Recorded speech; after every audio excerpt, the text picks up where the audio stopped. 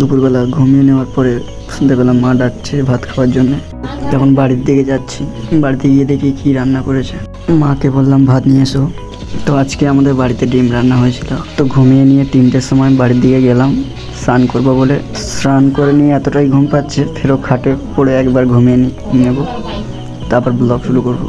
তো ফাইনালি আরেকটা ঘুম মারার পরে 5টা বেজে গেল, 5টা 16। তো এখন আমরা মুখ ধুয়ে নিয়ে, তো মুখটা আমাদের পুকুরেই ধুয়ে নিচ্ছি। তো মুখ টুক ধুয়ে নিয়ে এখন আমরা আমাদের পাড়ার দিকে যাচ্ছি। তো পাড়াতে এসে প্রথমে চলে গেলাম আমাদের কাকাদের বাড়ি, কাকাকে ডাকতে। বাড়িতে এসে শুনলাম যে কাকা বাড়ি নেই, মাঠের দিকে গিয়েছে। তো তাই জন্য কাকাদের বাড়িতে বার হয়ে গিয়েছি।